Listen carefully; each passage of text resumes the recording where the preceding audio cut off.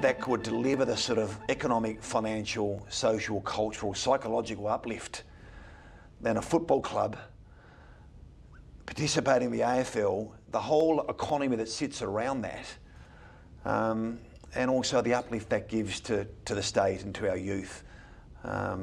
This gives a reason for people to stay. It gives pathways, jobs, people work productively, pay taxes. It gives Tasmanians a reason, whether working in Boston or Brisbane, to come back and raise a family. We need to continue to find ways to grow, and I think this really does provide a flywheel, a really powerful, enduring stimulus. There's so many more parts of the value chain for technology that have yet to be discovered, and I think, yes, it's a huge opportunity when you've got a number of professional sports playing in a state-of-the-art smart stadium. The world has just such an opportunity to bring a lot more brains and a lot more technology to Tasmania to help improve the way that we all consume sport.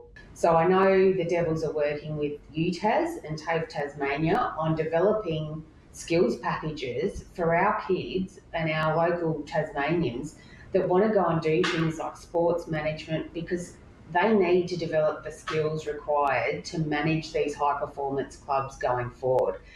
And so I think the opportunities for our kids, young Tasmanians, the skills development opportunities, not just across tourism, is going to be significant for the state. And I think the other thing I've been interested to learn is that every AFL club have a foundation as well. So the Devils are looking to establish their foundation, which will be a charitable enterprise that will look to give back to Tasmania. So I think the other thing about any successful business in Tassie is when business is successful, we're able to give back. And I know we do that in our own business, and I know the Devils are intending to do the same through their foundation.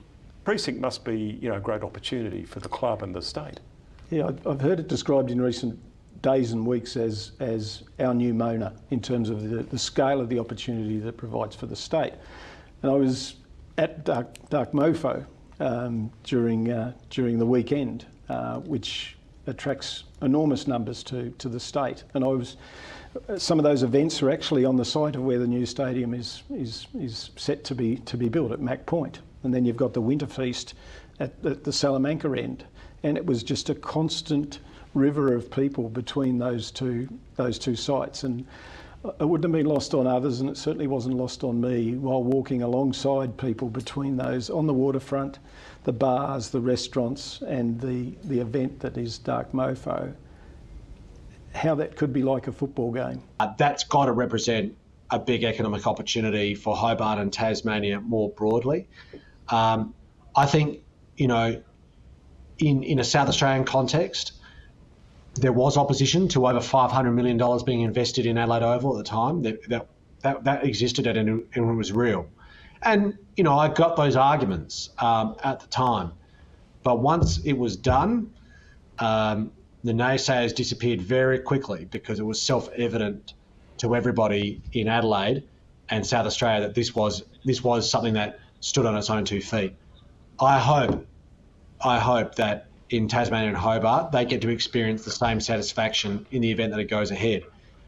Whether or not that ends up happening, it's obviously a matter exclusively for Tasmanians' judgment. But I note that the stadium enjoys bipartisan support, so hopefully that means something does happen in an appropriate way. And I've recently commissioned a report where we measured the economic and social impact that the Jack Jumpers have had on the state, and there's certainly a 3-to-1 return almost for the state in terms of their investment in this club. So it's not just, it should never ever, sporting clubs should never ever just be measured through economic benefit, although that is clearly an upside, but there's certainly that mental and that hearts and minds benefit that we've been able to really tap into. I think it'd be a massive lost opportunity.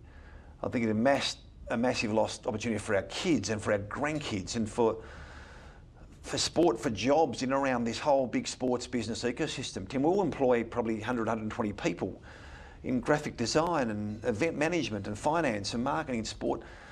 So I think there'll be a massive lost opportunity. It will break hearts, we'll endure, but we won't be as good as we can be. And I think the other thing is, if it didn't get up, what message it would send around the country, around the world. You know, we need businesses confident enough to invest in growth, to create opportunities for our future, to ensure governments can fund essential services and health and education. We need to invest to grow. I just wonder what message it would send to the investment community. What do you want to see happen, you know, as your legacy?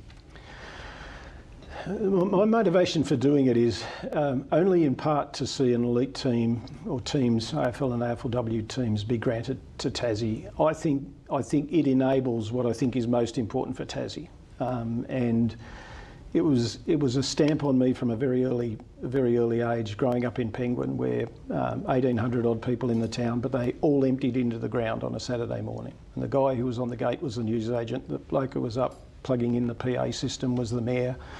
And the guys who had white overalls on and a towel around their neck posing as physiotherapists were actually were chippies and plumbers and electricians. You know, it was all in.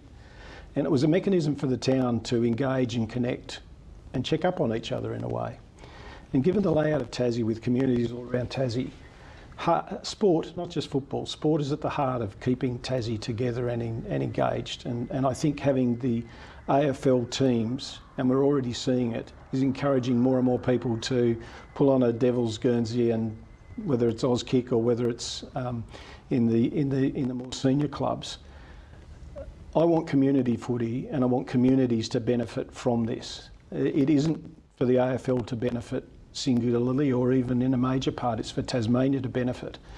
And that's what we're building. And I'm sure if you ask Brendon and Kath McCann and the directors of our football club, that'll give you the same answer, because we sat down at our first board meeting and we went around the table and we said, what do you want as directors to get out of this club? And the answers were basically the same. This is community benefit, driven by having elite teams that are more than competitive in the national competitions, teams that we can be proud of, that play in a way that we can be proud of, have a culture that we can be proud of, that inspires people to engage and to participate in their communities. And I think that's for the good of Tassie.